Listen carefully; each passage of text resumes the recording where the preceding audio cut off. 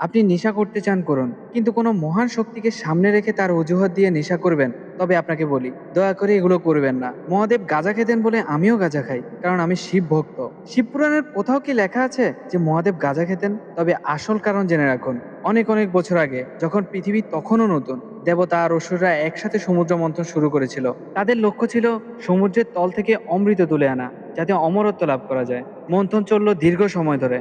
হঠাৎ করে সমুদ্রের গভীর থেকে বেরিয়ে এলো হলাহল বিষ। এতটাই ভয়ঙ্কর সেই বিষ যে তার ধোঁয়ায় দেবতারা, অসুররা, এমনকি বাতাস পর্যন্ত জ্বলে উঠল। চারিদিকে বিষের আগুনে ছারখার হয়ে গেল সবকিছু। তখন সবাই ছুটে গেলেন মহাদেবের কাছে, কারণ একমাত্র রক্ষাকারী শক্তি হলেন মহাদেব। মহাদেব তখন কৈলাসে ধ্যানমগ্ন ছিলেন।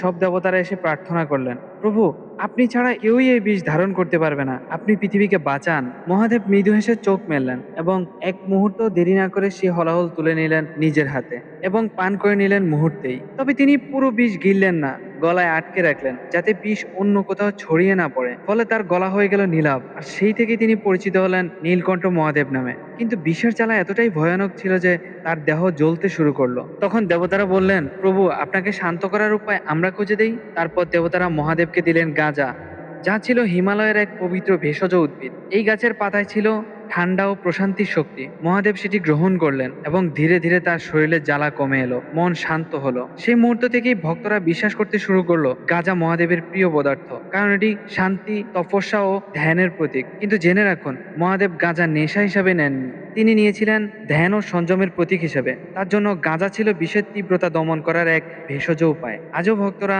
মহাশিবরাত্রিতে ভাং বা গাঁজা নিবেদন করে থাকেন মহাদেবকে। এর পরেও আপনি যদি মনে করেন মহাদেব গাঁজা খেয়েছে বলে আমিও খাবো, তাহলে মহাদেব যেমন করে হলাহল পান করে নিজের মধ্যে ধারণ করেছেন, আপনিও একটু চেষ্টা করবেন নাকি?